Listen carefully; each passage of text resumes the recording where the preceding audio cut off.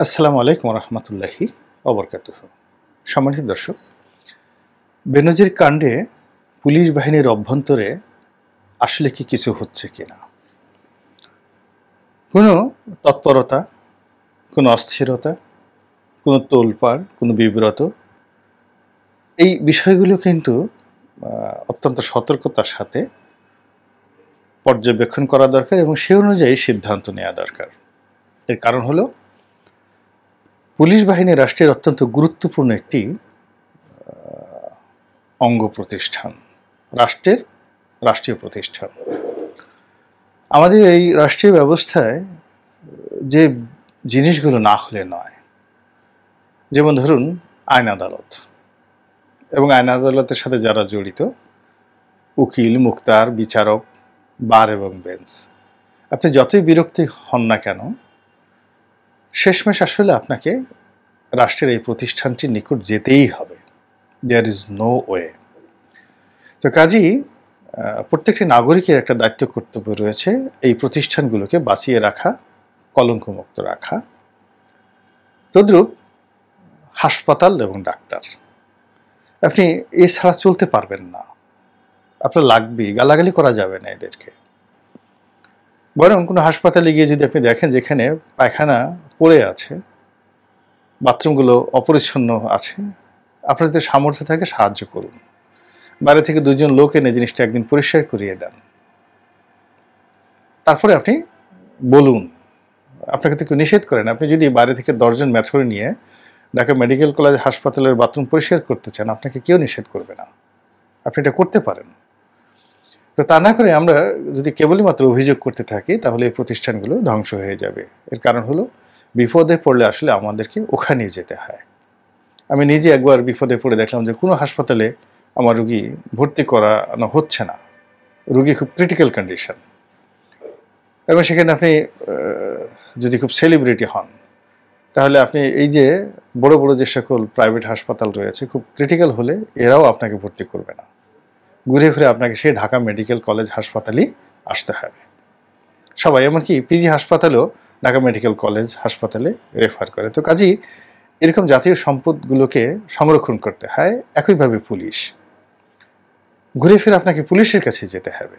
এই আমার গাড়িটা ভেঙে গেল, বা ভেঙে ফেলা হলো, বা ধরুন আমার প্রতি আক্রমণ করার চেষ্টা করা হলো, আমাকে কিন্তু ঘুরে ফিরে পুলিশের কাছে যেতে হয়েছে। কাজ না হলেও পুলিশের প্রতি ভরসা রাখতে হবে, আর কাজ হলেও পুলিশের প্রতি কৃতজ্ঞ থাকতে হবে। তো এই হলো অবস্থা। তো সেই পুলিশ বাহিনীতে এখন কি হচ্ছে? পুলিশের এ যাবৎকালের সবচেয়ে চৌকস না হলেও আলোচিত, সমালোচিত এবং অন্যতম সুদর্শন একজন পুলিশ প্রধান জনাব বেনজির আহমেদ, ডক্টর বেনজির আহমেদ। তিনি কেবলই আইজি পদ নিয়ে সুখে ছিলেন না, শান্তিতে ছিলেন না। তিনি এই আইজি পদটিকে আরও গ্লোরিফাই করার জন্য নিজে ডক্টরেট ডিগ্রি নিয়েছেন, ঘোরাফেরা করেছেন, এবং আইজি পদটিকে আরও গুরুত্বপূর্ণ করার জন্য তার অফিসকে সাজিয়েছেন, তার জন্য আলাদা বেডরুম বানিয়েছেন, তার চেম্বারের সাথে যেন তিনি রেস্ট নিয়ে আরও বেশি কাজ করতে পারেন। তারপর অনেক কথা বলেছেন যেগুলো আগের আইজিরা বলেনি। বাহিনীর মধ্যে অনেক পরিবর্তন আনার চেষ্টা করেছেন, অনেককে শাস্তি দেওয়ার চেষ্টা করেছেন, অনেককে পুরস্কৃত করার চেষ্টা করেছেন। ফলে পুরো বাহিনীতে তাকে কেন্দ্র করে একটা বলয় তৈরি হয়েছিল, এবং সেই বলয়টা এখনও কিন্তু রয়েছে। তো কাজেই তাকে যদি এখন প্রকাশ্যে এইভাবে টানা হেঁচড়া করেন, অপমান করেন, লাঞ্ছিত করেন, তাহলে এটি ঊর্ধ্বধারী অনেক লোক আছে, তাদের মনোবল ভেঙে দেবে, এবং পুরো যে পুলিশিং সিস্টেমটা রয়েছে, সেটা রাষ্ট্রীয় পুলিশিং সিস্টেম বলেন বা কমিউনিটি পুলিশিং বলেন, পুরোটাই কিন্তু ঠিকমতো হ্যান্ডেল করতে না পারলে সর্বনাশ ঘটে যাবে। তো আমার যাদের যাদের সাথে সম্পর্ক আছে, আমি দেখলাম যে অনেকেই পুরো বিষয়টি নিয়ে বিব্রত, অনেকে ম্রিয়মাণ যে শব্দটি সেটি, আবার যারা একটু সাহসী তাদের বক্তব্য হলো যে পুলিশ বেনজির সাহেবের এই ঘটনাকে একান্ত ব্যক্তিগত ঘটনা হিসেবে ট্রিট করছে এবং এটা নিয়ে কেউ মাথা ঘামাচ্ছে না, এরকম কার কোনো বিষয় নেই। তবে কেউ কেউ বলছেন যে ভদ্রলোকের সঙ্গে একত্রে চাকরি করেছি, ভালো সম্পর্ক ছিল, আজ তার এই দুরবস্থা, এটা ভালো লাগছে না। কেউ কেউ আফসোস করে বলেছেন যে কেন এরকম হলো, তিনি কেন এই কাজগুলো করতে গেলেন, আমরা ওই সময় তাকে বলতে পারিনি কেন তিনি এই কাজগুলো করতে গেলেন। তো এটা হলো একেবারে বাস্তব অবস্থা।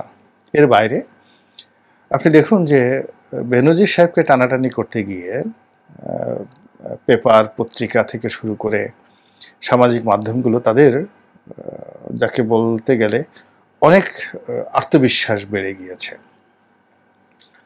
অনেক উৎসাহ বোধ করছে আরও দুর্নীতিবাজ খুঁজে বের করার জন্য, তথ্য এবং প্রমাণ সহ। এবং ইতিমধ্যে যেটি হয়েছে সেটি হলো বেশ কয়েকজন দুর্নীতিবাজ পুলিশ কর্মকর্তাদের সম্পত্তির যে হিসেব, এটা সামাজিক মাধ্যমে রীতিমতো ভাইরাল।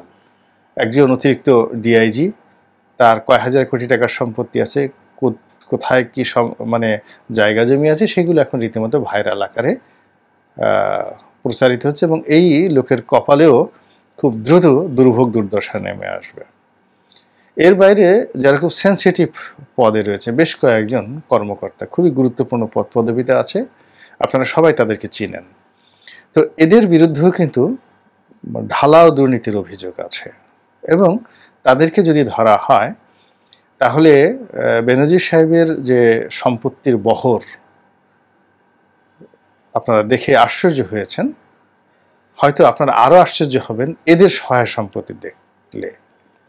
আবার পুলিশের মধ্যে অনেকগুলো লোক রয়েছে যারা অনেকটা ভিজা বিলাই প্রকৃতির, চুপচাপ থাকেন, মিষ্টি মিষ্টি কথা বলেন, মুচকি মুচকি হাসেন এবং সরকারের বিভিন্ন পারপাস সার্ভ করেন অনেকটা নিষ্ঠুরতার সঙ্গে। মানে তাদের আচার আচরণ দেখে মনে হয় না যে তারা এই কাজগুলো করতে পারেন। এরকম অনেক কর্মকর্তা আছেন যারা গাজীপুর, নারায়ণগঞ্জ থেকে শুরু করে বিভিন্ন জায়গাতে লোভনীয় যেখানে জমি, সেখানে জায়গা জমি রিসোর্ট থেকে শুরু করে অনেক কিছু তারা করেছেন এবং এখন এই অবস্থার মধ্যে রীতিমতো পানির দামে বিক্রি করার জন্য তারা হন্য হয়ে ঘুরছেন এবং আলটিমেটলি এই টাকা বিক্রি করে তারা কী করবেন, ডাইরেক্ট পাচার করে দেবেন, বাংলাদেশে তারা রাখতে পারবেন না।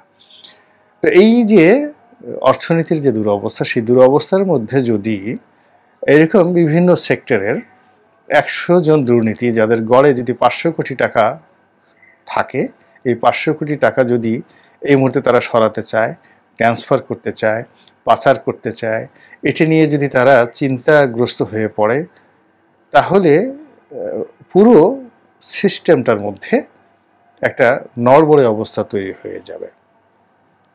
তো কাজেই ডক্টর বেনজিরকে নিয়ে পত্র পত্রিকায় ঢালাও নিউজ ছাপা হচ্ছে এবং এটা পত্রিকার একটা যাকে বলা হয় নর্মাল ফেনোমেনা, সাধারণ ফেনোমেনা বা সাধারণ ক্যারেক্টারিস্টিক্স। তারা নেতিবাচক খবর প্রচার করতে চায় এবং মানুষ এগুলো শুনতে চায়। সামাজিক মাধ্যম আরও বেশি, টিকটক আরও বেশি, এখানে একেবারে পানের সঙ্গে চুন মিশিয়ে এক বিশাল বিশাল ঘটনা তৈরি করে তারপরে এগুলো প্রচার করা হয়। তো কাজেই ডক্টর বেনজিরকে নিয়ে যা কিছু হচ্ছে, এগুলো যেভাবে বাংলার আনাচে কানাচে ছড়িয়ে পড়ছে এবং যেভাবে সঙ্গে সঙ্গে তার উর্দির কথা আসছে, তার পদের কথা আসছে, তার পদবীর কথা আসছে, তার সঙ্গে আওয়ামী লীগের সম্পর্কের কথা আসছে, তার বাড়ি টুঙ্গিপাড়া বা গোপালগঞ্জ, সেই জিনিসগুলো আসছে। তারপর পুলিশের অনেকগুলো যাকে বলা হয় অভ্যন্তরীণ যে ক্রন্দল, সেগুলো সামনে চলে আসছে, দ্বন্দ্ব সংঘাত চলে আসছে। কারা বেনজির গ্রুপের লোক এখনও পুলিশের মধ্যে আছেন, তাদের মধ্যে একটা কাঁপুনি শুরু হয়ে গিয়েছে। কারা বেনজির বিরোধী লোক, তাদের মধ্যে একটা যাকে বলা হয় আনন্দের একটা বন্যা বয়ে চলছে। সব মিলিয়ে পুরো পুলিশ বাহিনীর মধ্যে একটা তোলপাড় চলছে, যা কিনা নাগরিক হিসেবে আমাদের জন্য খুবই ক্ষতিকর। এই মুহূর্তে পুলিশের হাতে অনেকগুলো গুরুত্বপূর্ণ কাজ রয়েছে, অনেকগুলো মামলা, অনেকগুলো ইস্যু। এখন এই অবস্থাতে পুলিশ যদি নিষ্ক্রিয় হয়ে পড়ে, ব্যক্তি পর্যায়ে যেভাবে অনেকে ক্ষতিগ্রস্ত হবেন, রাষ্ট্র ক্ষতিগ্রস্ত হবে এবং আওয়ামী লীগ আরও বেশি ক্ষতিগ্রস্ত হবে। তো বিষয়গুলোর সঙ্গে যেহেতু রাজনীতি জড়িত, বিষয়গুলির সাথে অন্যায় জড়িত, ডক্টর ব্যানার্জি যে কাজকর্মগুলো করেছেন এগুলোকে একেবারে তিনি যে ক্রিমিনাল হিসেবে, ধরুন ওসি প্রদীপের মতো একেবারে সিরিয়াল কিলার হিসেবে তিনি কিলিং করেছেন, অন্যায় করেছেন, টাকা উপার্জন করেছেন, পাচার করেছেন, এইরকম নয়। হি ওয়াজ ইনস্টিটিউশন। আইজির যে পদটি একটা ইনস্টিটিউশন, এবং তিনি আপাদমস্তক একজন শিক্ষিত মানুষ, এবং তার সঙ্গে যারা চলেছেন বন্ধু মহলে তিনি অনেকের কাছেই প্রিয় একজন মানুষ ছিলেন। তো তার জীবনে যে অর্থনৈতিক বা নারী ঘটিত যে বিষয়গুলো এখন সামনে আসছে বা অন্য যে সকল অনিয়ম আসছে, এগুলোর সব কিছুরই একটা কার্যকারণ আছে। তিনি এমনি এমনি করেননি। তিনি তো জাতিসংঘে দীর্ঘদিন চাকরি করেছেন, তখন তো তিনি এই কাজ করেননি। তিনি যখন ঢাকা মেট্রোপলিটন পুলিশ কমিশনার ছিলেন, তখন আপনি সম্পত্তির হিসাব দেখেন, তিনি তখন কয় বিঘা জমির মালিক ছিলেন। তো যেই মুহূর্তে তাকে র্যাবে আনা হয়েছে, তখন তার যে কাজ, তার কর্ম, তিনি যে কমান্ডগুলো ফলো করেছেন এবং তিনি যে সার্ভিসগুলো দিয়েছেন একটি রাজনৈতিক সরকারকে, সেটার বিনিময়ে তার মধ্যে এক ধরনের আশা তৈরি হয়েছে, এক্সপেকটেশন যেটিকে বলা হয়, একটা কনসিডারেশন তিনি আশা করেছেন, প্রতিদান তিনি আশা করেছেন। আবার সেখান থেকে যখন আইজি হয়েছেন, তখন তিনি তার যে রুলস অফ বিজনেস, আইজির যে রুলস অফ বিজনেস, সেই বিজনেসের বাইরে গিয়ে যদি অতিরিক্ত কিছু করে থাকেন, তাহলে তিনিও অতিরিক্ত কনসিডারেশন দাবি করতে পারেন। এবং সেই কনসিডারেশনগুলো রাজনৈতিকভাবে নিষ্পত্তি যদি করা হতো, যে ঠিক আছে তুমি আমার জন্য এই কাজগুলো করেছো, we are happy, we are grateful, being a IG তোমার এই কাজগুলো করা উচিত নয় বা তুমি এটা করতে পারো না, কিন্তু তুমি এই কাজগুলো নিয়মের বাইরে গিয়ে করেছো, তোমার জীবন অনাগত দিনে ঝুঁকিপূর্ণ হবে এবং অনাগত দিনে তুমি বিপত্তির মধ্যে পড়তে পারো, ডোন্ট ওরি, চিন্তা করো না, আমি বা আমরা যতদিন আছি আমাদের সঙ্গে তোমার যে তকদির এটি একত্র করে নিলাম এবং আমাদের দলের মধ্যে তোমাকে সামিল করে নিলাম। ফলে আমরা যদি ভালো থাকি তুমিও ভালো থাকবে, আর আমরা যদি মন্দ থাকি তুমিও মন্দ থাকবে, এটা নিয়ে কোনো রকম চিন্তা করো না। চাকরি চলে যাবে সময় মতো, এর চেয়ে ভালো কিছু তোমাকে দেওয়া হবে। টাকা দরকার, পয়সা দরকার, তোমাকে আমরা দেব।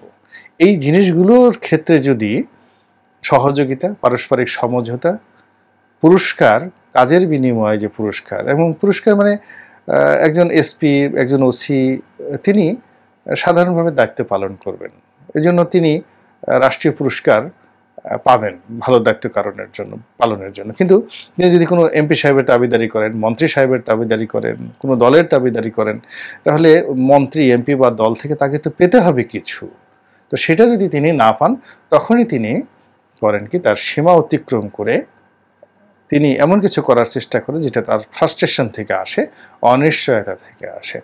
তো ডক্টর বেনজিরের জীবনেও যে জিনিসগুলো এসছে সেটা মূলত এক ধরনের ফ্রাস্ট্রেশন তার মধ্যে কাজ করেছে, অনিশ্চয়তা তার মধ্যে কাজ করেছে, এবং সেই অনিশ্চয়তা এবং ফ্রাস্ট্রেশন দূর করার জন্য তিনি অর্থ বা অন্যান্য যে অনিয়ন্ত্রিত জীবন রয়েছে সেই পথে তিনি পা বাড়িয়েছেন।